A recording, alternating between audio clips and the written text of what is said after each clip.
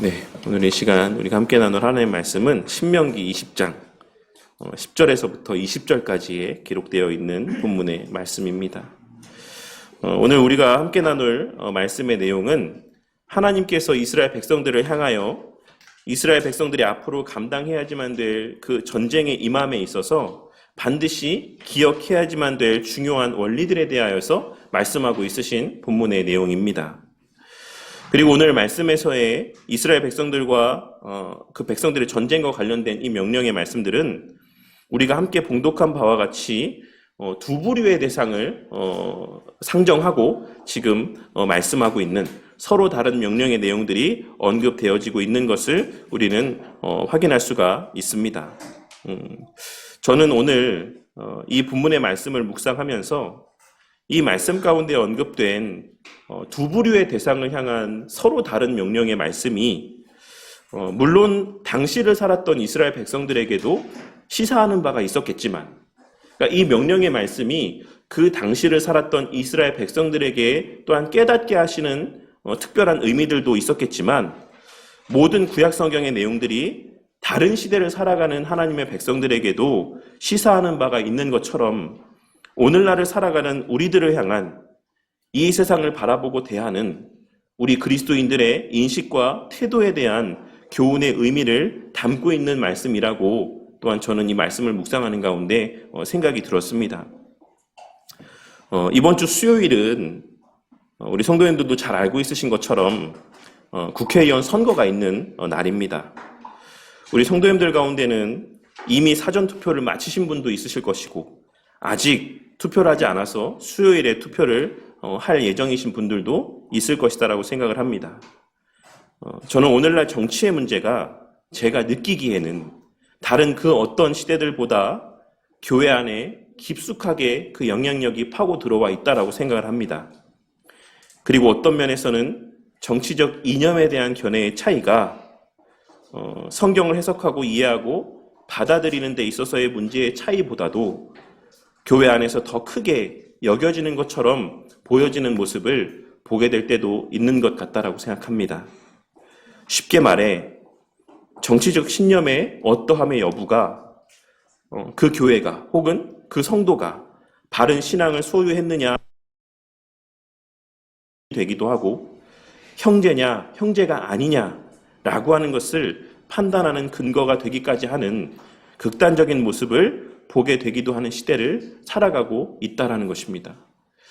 그래서 제가 이제 목사님들과의 대화를 나누는 중에도 어제도 이제 이 지역에서의 헌혈 행사가 있어가지고 목사님들과 식사를 하면서 대화를 나누게 된 적이 있었는데 요즘에 이제 목사님들과의 대화를 나누면서 빠짐없이 등장하는 주제가 이 정치와 관련된 이슈입니다. 그래서 목사님은 어느 정당을 지지하십니까? 목사님은 어떤 정치적인 성향을 갖고 계십니까? 이런 이야기들을 나누게 될 때가 많이 있는 것입니다. 그런데 보통은 그냥 가볍게 그 사실들에 대해서 이야기를 하게 될 때도 있지만 또 상당수의 목사님들은 예를 들어서 제가 국민의힘을 지지한다 혹은 민주당을 지지한다 라고 하는 이런 이야기들을 나타내 보이게 되었을 때 바로 이어서 하시는 말씀이 그리스도인이 어떻게 그 당을 지지할 수 있느냐 라고 하는 이야기들을 하는 모습을 보게 될 때가 있는 것입니다. 그러니 그들에게 있어서, 그들이라는 표현이 좀 그렇지만 그 목사님들에게 있어서는 어떤 정당을 지지하는 문제가 우리의 신앙과 직결되어지는 문제다라고 생각하고 있는 것을 보게 될 때가 있는 것입니다. 그러한 오늘날의 때에 이 본문의 말씀을 통해서 들려주시는 가르침을 통하여서 우리 그리스도인들은 이 세상에 대하여서 어떠한 인식을 갖고 살아가야지만 되며 또한 어떠한 태도를 취하는 것이 성경적으로 하나님 앞에 바른 신앙인의 모습인지를 깨닫게 되므로 주의 몸된 교회가 정치적인 이념의 차이로 갈라지고 성도들의 관계가 정치적인 이념의 차이로 멀어지는 것이 아닌 그러한 정치적 이념의 차이를 뛰어넘어 그리스도 안에서 하나 되는 세상은 도저히 이해할 수 없는 놀라운 모습이 우리의 삶을 통해 증거되어지기를 간절하게 또 바라는 마음에서 또 이 말씀의 의미들을 함께 나누기를 원합니다. 오늘 말씀은 앞서도 언급했던 것처럼 이스라엘 백성들을 향한 그들의 정복 전쟁에 있어 지켜야지만 될 규례에 대한 말씀의 내용들이 기록된 본문의 말씀입니다. 그 가운데 10절에서부터 15절까지의 말씀은 오늘 말씀 가운데 언급되는 두 부류의 대상들 가운데 한 부류인 가나안 땅에 거주하는 족속 이외의 족속들, 다시 말해 가나안 땅에서 멀리 떨어진 족속들과의 전쟁에 있어서의 규례에 대한 말씀이 기록되어져 있는 내용입니다. 그리고 하나님께서는 그들과의 전쟁에 앞서 10절에 기록된 말씀에서와 같이 먼저 그들에게 화평을 선언할 것을 말씀하고 있으십니다. 그런데 여기서 화평을 선언해라 라고 하는 이 말씀의 의미는 우리가 일반적으로 이러한 표현들을 듣게 될 때 표면적으로 이해할 수 있는 것처럼 그냥 친하게 지낼 것을 제안하라 라고 하는 의미가 아닌 조약을 맺으라는 의미의 말씀으로 그 조약의 성격은 뒤에 이어지는 말씀의 내용을 통해 확인할 수 있는 것처럼 항복의 의미로서의 조약을 맺을 것을 말씀하고 있는 것입니다. 그리고 우리는 그 사실을 주전 18세기에 작성된 것으로 보이는 마리 문서라고 하는 문서의 내용을 통해서 확인할 수가 있는데 그 마리 문서의 내용 가운데에는 그가 그 성을 포위하였을 때 그는 샬롬이라는 말을 전해 주었다라는 표현이 기록이 되어 있습니다. 그런데 여기서의 이 샬롬이라고 하는 말을 전해 주었다라고 하는 이 표현의 의미가 항복할 것을 제안하였다라는 의미로 사용되었다라는 사실을 그 고대 근동의 문헌의 내용들을 통해서 우리가 확인할 수가 있는 것입니다. 그래서 하나님께서 오늘 말씀 가운데 가나안 땅에서 멀리 떨어진 족속들을 향해서 화평을 제안하라 라고 하시는 이 말씀은 그들과 그냥 친하게 지낼 것에 대해서 대화를 나누라는 것을 말씀하고 있는 것이 아니라 그들에게 항복을 권고할 것을 제안하라 라고 하는 것을 말씀하고 있다라고 우리는 이해할 수가 있는 것입니다. 그리고 그들이 그와 같은 이스라엘 백성들의 항복의 권고를 받아들인다라고 하면 그들로 하여금 이스라엘 백성들에게 조공을 바치고 섬기게 할 것이다라고 말씀하고 있습니다. 그런데 사실 원문에는 문을 연다라는 표현도 기록되어 있지 않고 조공을 바친다라는 이런 표현도 기록이 되어져 있지 않습니다. 그래서 이제 원문에 기록된 의미를 있는 그대로 직역을 하자면 11절에 기록되어 있는 말씀은 그들을 너를 위한 강제 노역자들이 되게 하여서 너를 섬기게 할 것이다. 섬기게 하라라고 하는 의미로 이 내용이 기록되어 있다라고 할 수가 있는 것입니다. 그리고 그런 맥락에서 공동번역 성경이나 NIV 성경은 그러한 뉘앙스를 잘 살려서 너희는 안에 있는 백성들 모두 노무자로 삼아 부려라. 노역을 하여 섬기게 하라. 라는 의미로 번역을 하고 있는 것이다. 라고 할 수 있는 것입니다. 그리고 그 실제적인 예가 바로 여호수아 9장 21절에서부터 27절까지의 말씀 가운데 기록된 기브온 거민들의 모습이라고 할 수가 있는 것입니다. 하지만 하나님께서는 이스라엘 백성들의 그와 같은 항복 요구를 받아들이지 않는 대상에 대해서도 특별한 명령의 말씀을 언급하고 있으신데 그 내용이 바로 12절에서부터 14절까지에 기록된 말씀의 내용입니다. 하나님께서는 먼저 그러한 성읍을 애워쌀 것을 말씀하셨습니다.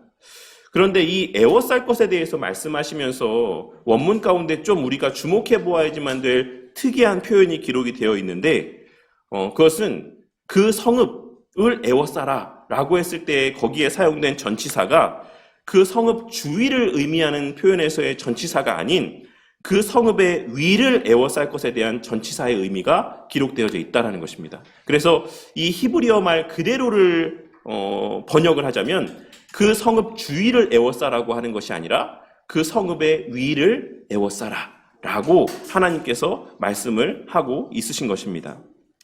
하나님께서는 이러한 표현을 통해서 그들의 성읍을 애워싸는 것이 표면적으로는 이스라엘 백성들이 하는 일이지만 그 성읍을 애워싸는 것은 궁극적으로 누가 하고 있으신 일인지를 그들 가운데 상기시켜주기 위한 의도에서의 이런 표현을 사용하셨다라고 할 수가 있습니다.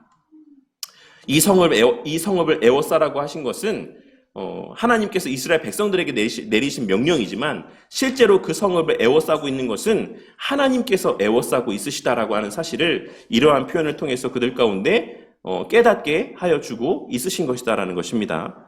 그리고 이어지는 13절의 말씀은 이미 하나님께서 그들을 진멸하실 것을 정하셨기 때문에, 그러니까 이미 하나님께서 그들을 멸하시기로 작정하시고 그 성읍을 에워싸셨기 때문에 이것을 조건절로 해석하기보다는 그 성읍을 내게 주셨은즉이라고 이유절로 이것을 해석하는 것이 좀 더 문맥에 가까운 해석이라고 생각을 합니다.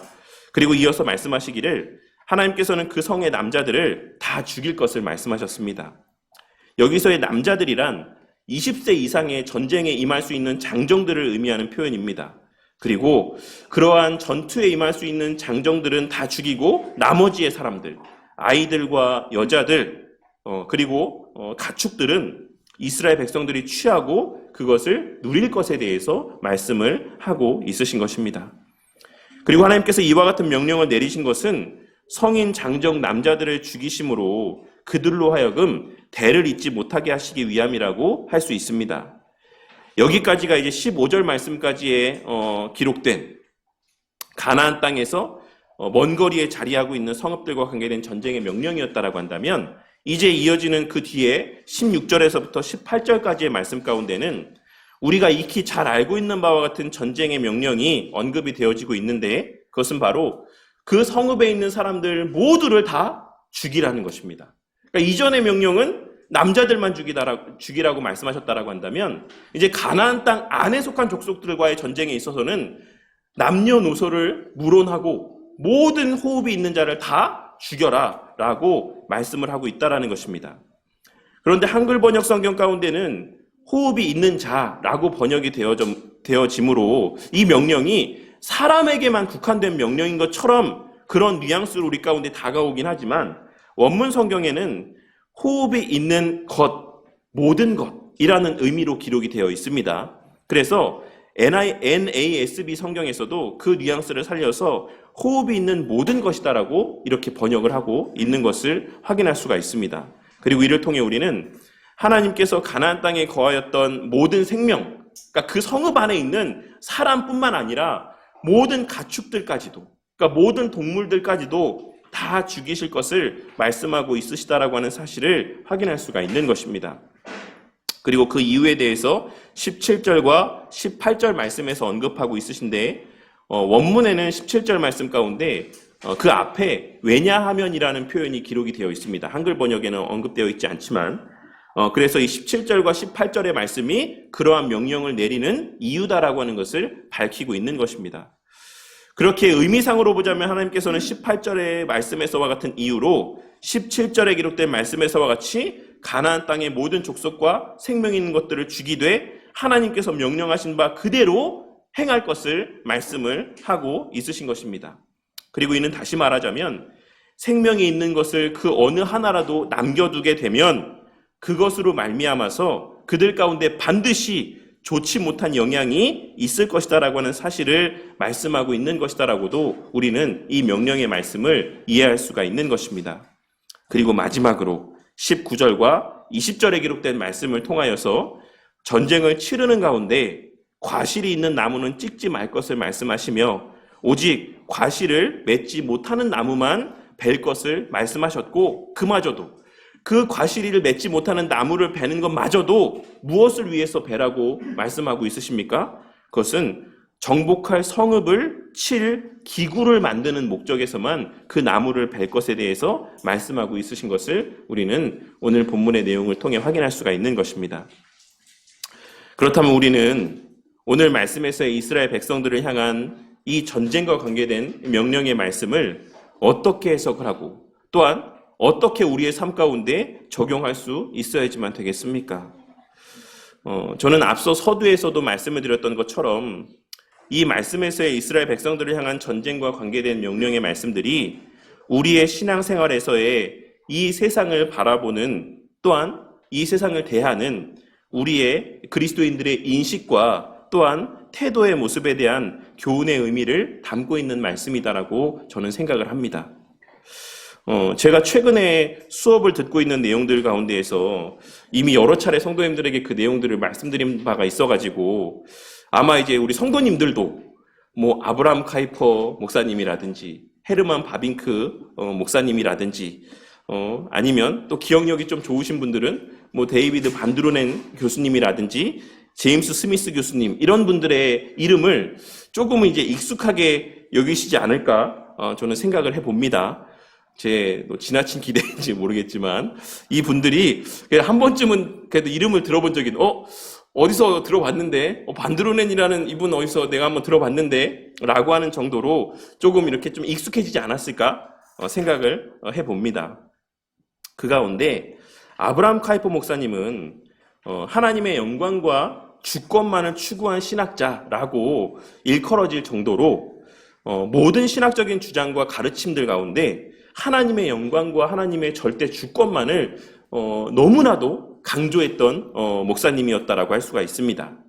그래서 그 아브라함 카이퍼 목사님에게서 나온 사상을 가리켜서 우리가 영역주권 사상이라는 표현들을 사용을 하는데, 이는 천지 만물의 주인이신 하나님께서 이 세상 가운데서도 왕으로서의 그 능력을 발휘하시지 못할 것이 없다라고 하는 기본적인 전제를 갖고 있는 주장입니다. 그래서 하나님께서 이 교회 안에서만 아니라 교회 밖에서도 하나님으로서의 영광을 받으시고 누리시는 게 마땅하다. 우리의 역할은 바로 거기까지다 라고 하는 말씀을 이야기하는 겁니다. 그래서 정치의 영역에서도, 학문의 영역에서도, 우리의 모든 삶에서의 모든 영역에서도 그 하나님의 하나님 되심과 왕 되심이 드러나게 하는 것, 그것이 우리 그리스도인들에게 맡겨진 사명이다라고 이야기를 하시는 것입니다. 그리고 그러한 카이퍼 목사님의 주장은 카이퍼 목사님이 뭐 책을 많이 쓰셨지만 그 가운데 카이퍼 선생님이 쓰셨던 가장 대표적인 저서라고 한다면 칼빈주의 강연이라고 하는 책이 있습니다. 그러니까 칼빈주의 강연이라고 하는 책이 원래부터 책으로 쓰여진 건 아닙니다. 그래서 그 강연이라고 하는 그 말 가운데도 언급되어져 있는 것처럼 강의를 하셨던 내용들을 이제 책으로 정리해서 이제 그 내용이 출간이 된 건데, 그 칼빈주의 강연에서 이런 이야기들을 이야기하고 있습니다. 신학은 칼빈주의적 수고를 요구하는 많은 학문들 가운데 단지 하나일 뿐입니다. 신학은 칼빈주의적인 수고를 요구하는 많은 학문들 가운데 단지 하나일 뿐입니다. 법학, 사회과학, 철학, 문학, 언어학, 심리학, 미학, 또한 의학과 자연과학 모두 깊게 이해하려면 우리는 원리들로 돌아가야지만 됩니다. 우리는 각 영역에서 이 학문들을 지배하는 논리적, 존재론적, 우주론적, 그리고 인류학적 원리들이 칼빈주의 원리들과 일치하는지 아니면 그 근본 토대와 상충하는지 지금보다 더 진지하게 물어야 합니다. 이렇게 이야기를 하고 이어서 다음과 같은 말씀도 하고 있습니다. 저를 항상 화나게 만들고 몸서리치게 했던 것은 신선한 색깔의 깃발을 당당하게 펼치는 대신에 그 깃발을 감아 옷 속에 숨겨둔 교회를 보거나 직분자들을 만나는 것이었습니다. 사람은 자신이 고백하는 바를 반드시 자신의 말과 자신의 행동과 그리고 자신의 모든 삶에서 자신 있게 드러내야지만 됩니다. 라고 이야기를 하고 있습니다. 이 말을 요약하자면 어떤 의미입니까? 하나님의 말씀의 원리는 세상에서의 학문의 모든 영역에도 다 똑같이 적용되어져야지만 된다라는 것을 말씀하고 있는 것이고, 그리스도인에게 주신 그 하나님의 말씀의 그 선명한 그 빛깔, 그 빛과 그 어떤 색채들은 우리가 속한 그 모든 자리에서 분명하게 드러나야지만 된다라고 말씀하고 있는 것이에요. 그래서 우리가 서 있는 모든 자리에서의 그 하나님의 말씀의 원리대로의 성취되어지는 모습들이 분명하게 드러나야지만 된다라고 말씀을 하고 있는 것이다라고 할 수 있는 것입니다. 여기까지의 말씀만 들어도 아브라함 카이퍼 목사님께서 갖고 있는 그리스도인의 세계관이 어떠해야 되는지, 그리스도인은 세상을 어떤 관점으로 바라보고 이 세상을 어떻게 인식하고 대하여야 되는지에 대한 그 인식이 어떠한지를 성도님들도 좀 알 수 있을 거라고 생각합니다. 우리 아브라함 카이퍼 목사님에게 있어서는 세상은 우리 그리스도인들의 영향력을 발휘하고 나타내며 하나님의 나라로 건설해 가야 될 하나의 어떤 정복의 대상으로 여겨졌다라고 할 수가 있는 것입니다.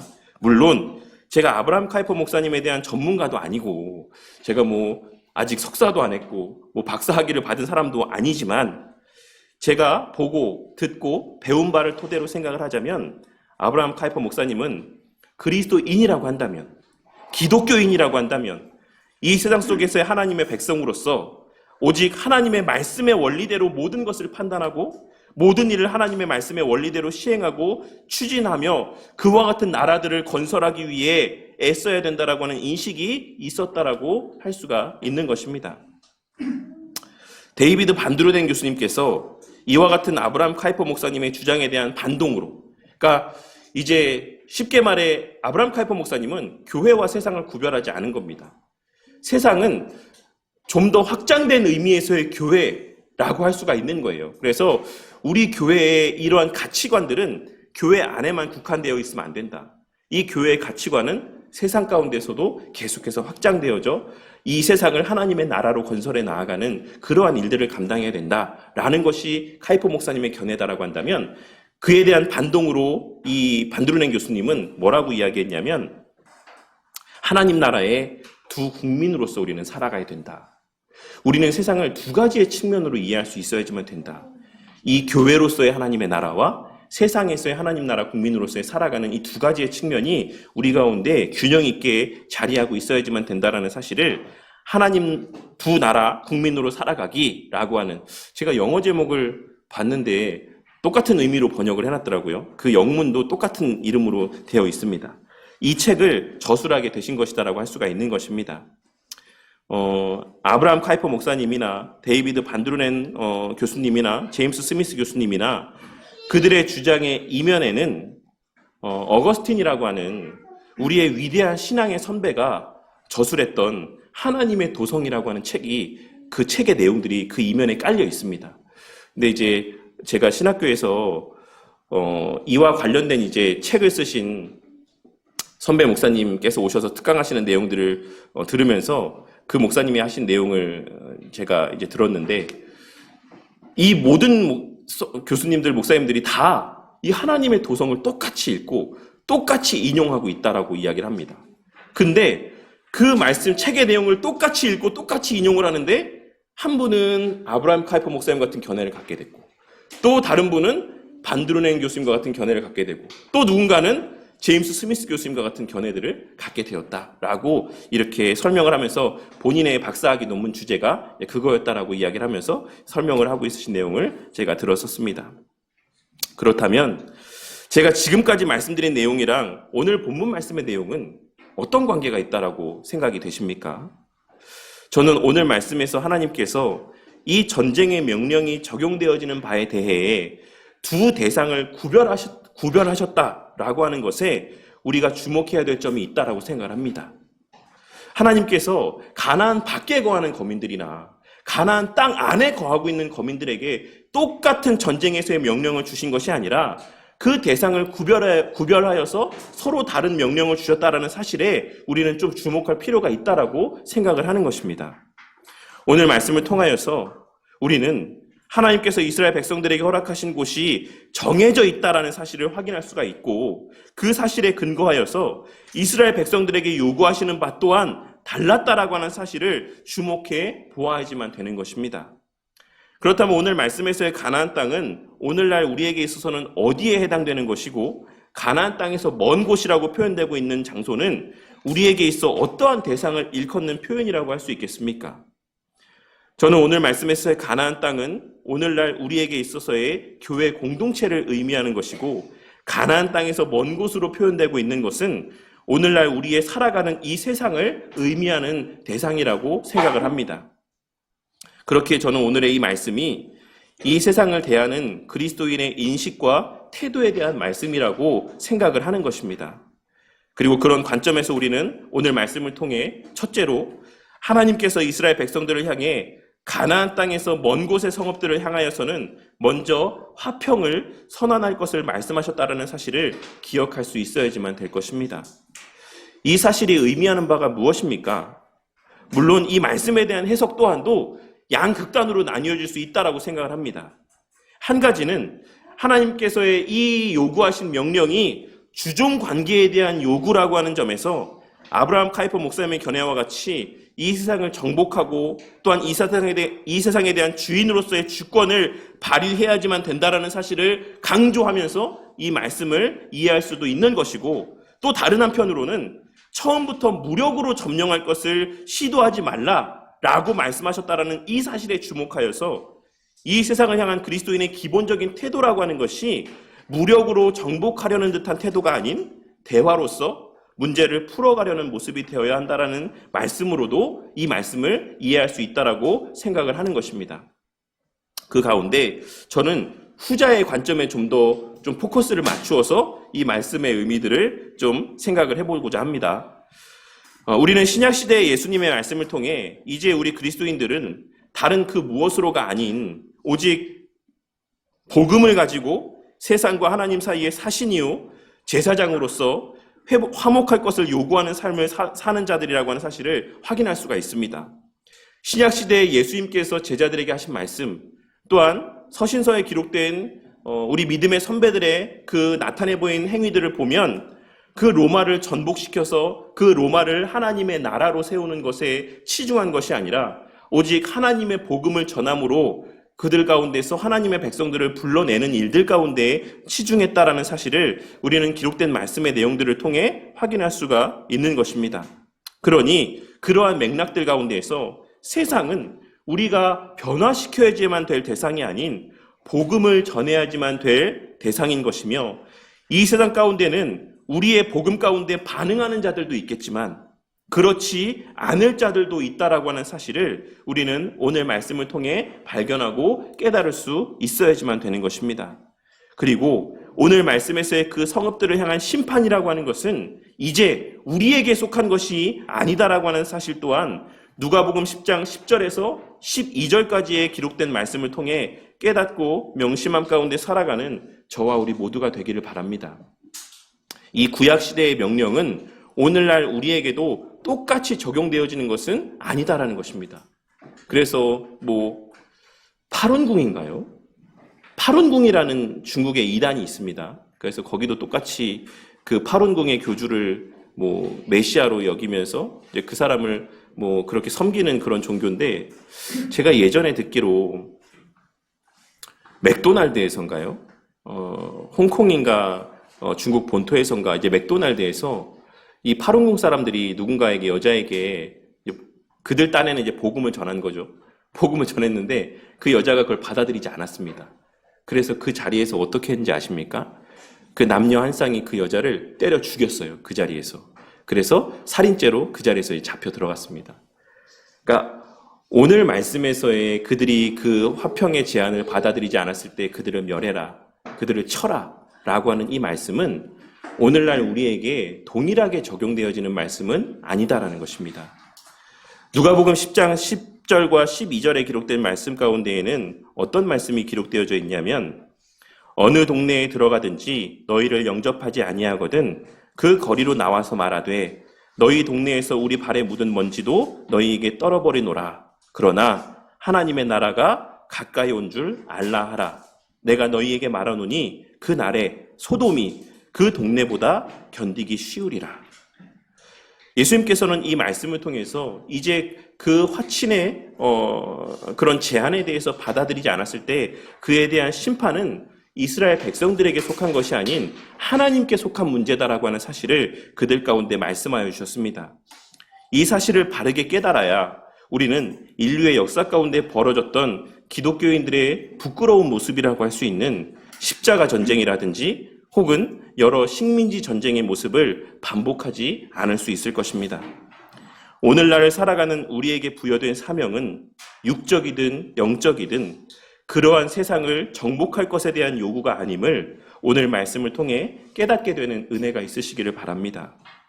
우리는 하나님의 말씀대로 살아가며 우리의 입술로만이 아니라 우리의 행함을 통하여서 하나님의 복음을 세상 가운데 증거하며 하나님과의 화평을 선언하는 자로서의 삶을 살아가야지만 된다라고 하는 사실을 우리는 오늘 말씀의 내용을 통해 발견하고 깨달을 수 있어야지만 된다라는 것입니다.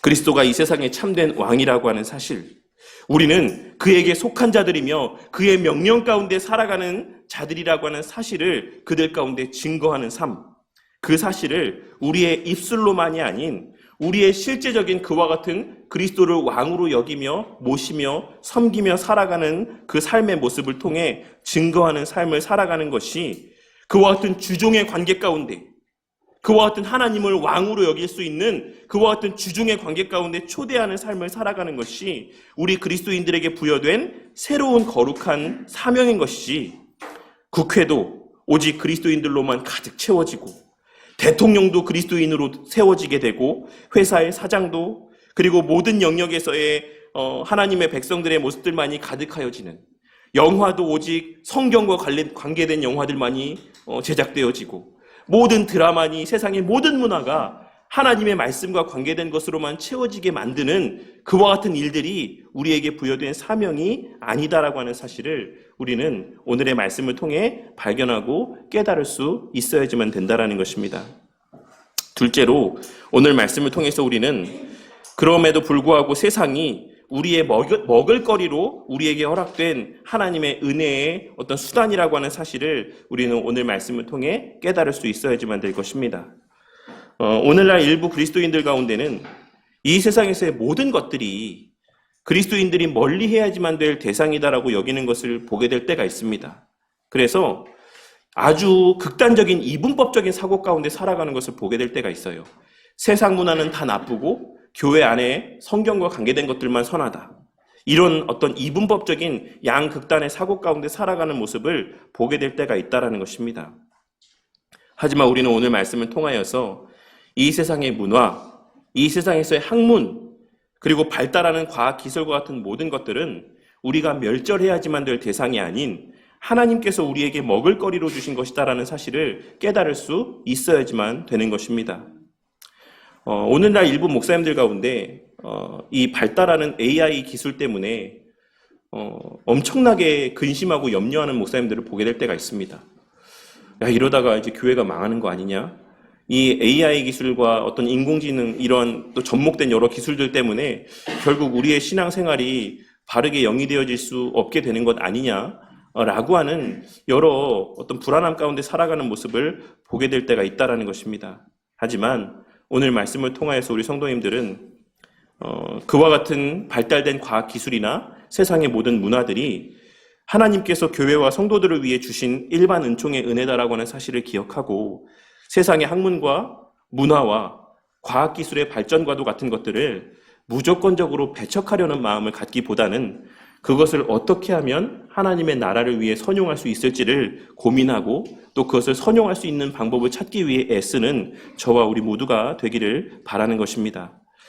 그럼에도 불구하고 우리가 놓치지 말아야 될 것이 있는데 그것은 바로 장정 남자들은 모두 죽이라고 말씀하셨다는 사실입니다.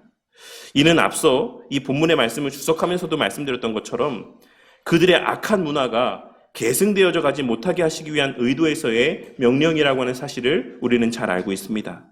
그러니 우리 또한 우리에게 먹을거리로 주신 이 세상의 문화들을 사용할 때에 그 가운데 담긴 우리가 경계해야 될 부분들이 있다라고 하는 사실을 기억하고 그것을 분별해낼 수 있는 분별력이 우리 가운데 있어야지만 된다라는 사실을 이 말씀의 내용을 통해 발견하고 깨달을 수 있어야지만 되는 것입니다.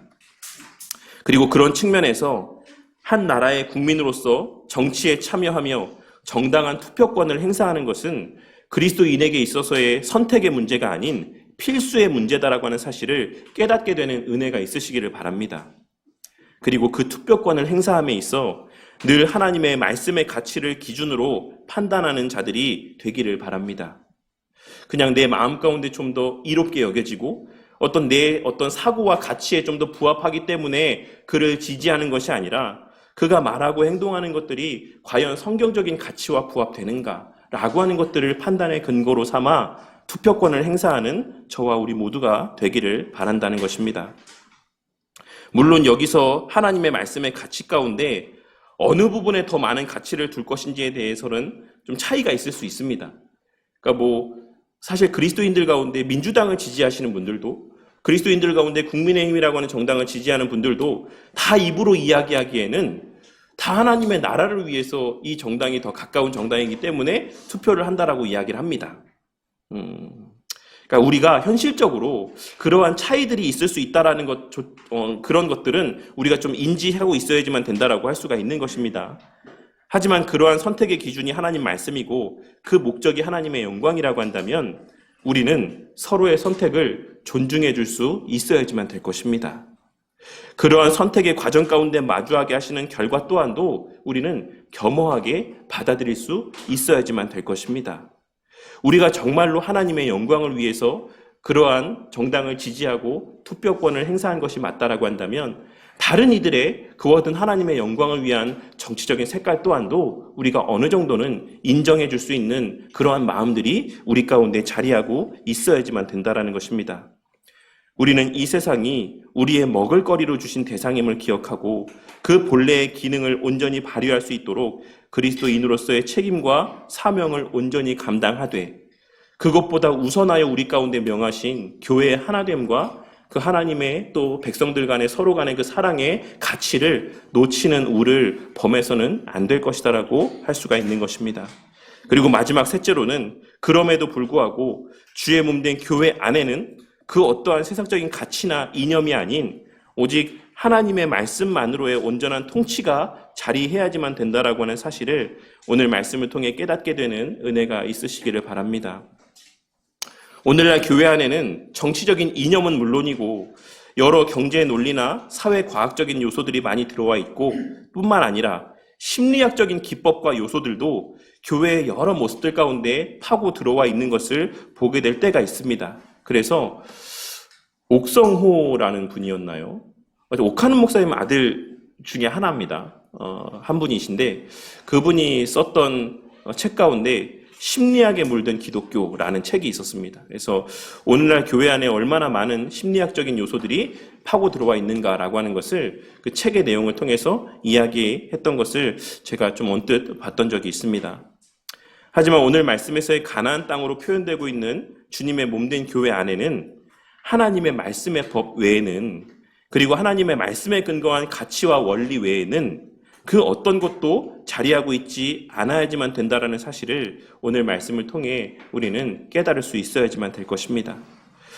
우리는 언제나 교회 안에서 실시되는 모든 것들이 성경적인 근거가 있는 모습인지를 살필 수 있어야지만 되고 또한 성경 말씀의 가르침이나 원리에 어긋나는 것은 없는가라고 하는 것들을 늘 살필 수 있는 그런 모습들이 우리 가운데 있어야지만 되는 것입니다.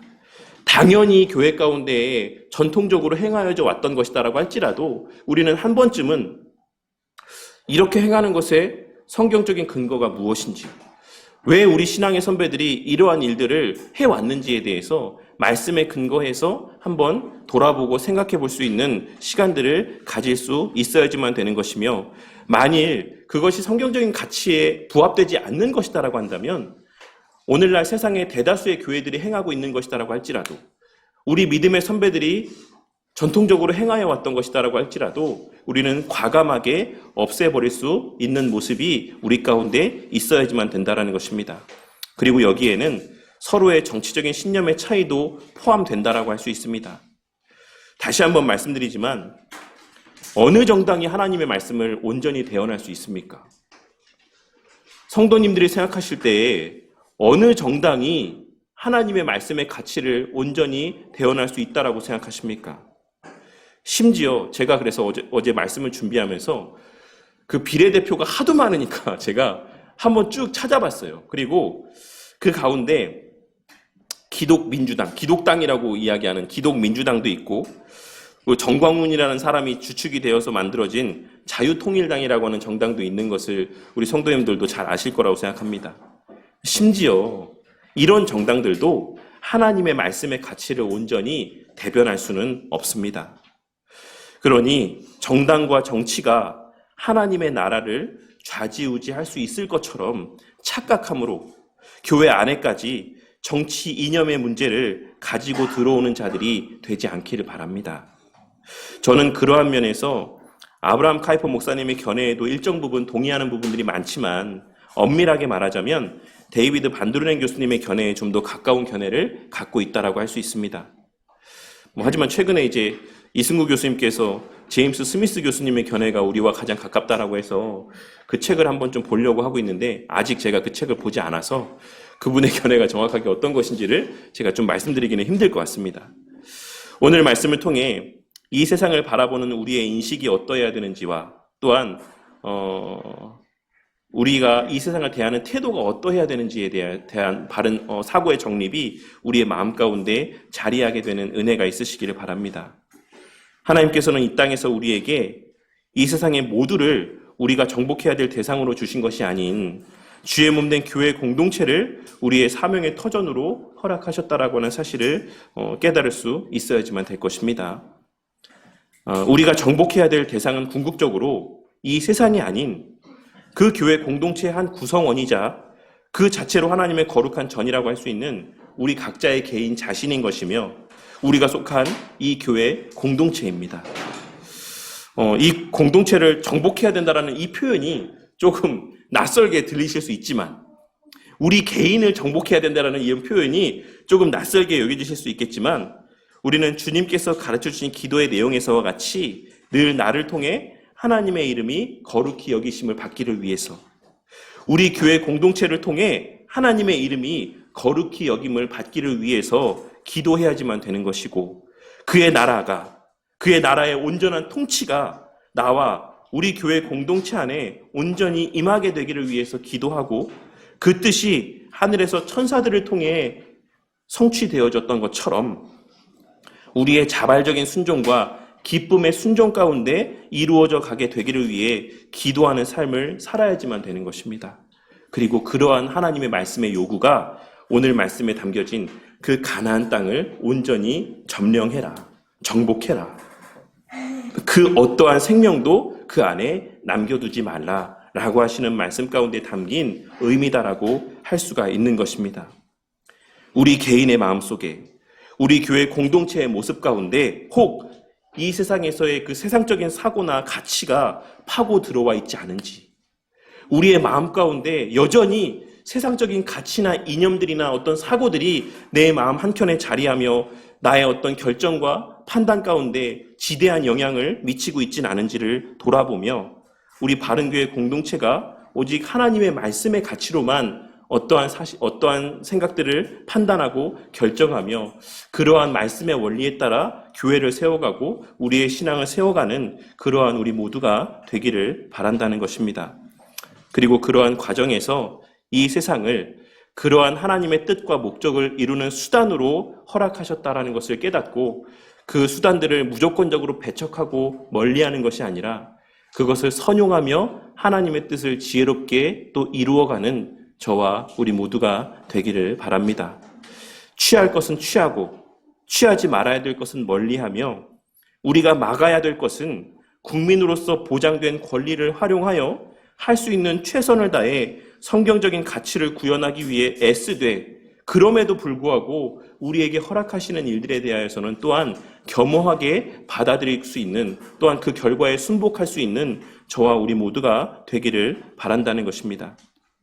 그리하여 그럼에도 불구하고 이 땅에서는 하나님의 나라가 이루어지지 않을 것임을 기억하고 하나님께서 우리에게 명령하신 것은 이 땅을 하나님의 나라로 변화시키라고 하신 명령이 아니었음을 기억하고 그와 같이 이 세상에서 마주하게 되는 절망적인 현실 속에서 그 마음 가운데 예수님의 재림이 더욱 고대가 되어지고 온전히 성취될 하나님의 나라에 대한 사모함이 날이 갈수록 더욱 커져가게 되는 저와 우리 모두의 삶이 되기를 이러한 과정들 속에서 우리의 바른 종말론적인 그 마지막 날에 대한 기대와 소망이 더욱 커져가게 되기를 주님의 이름으로 간절히 축원합니다.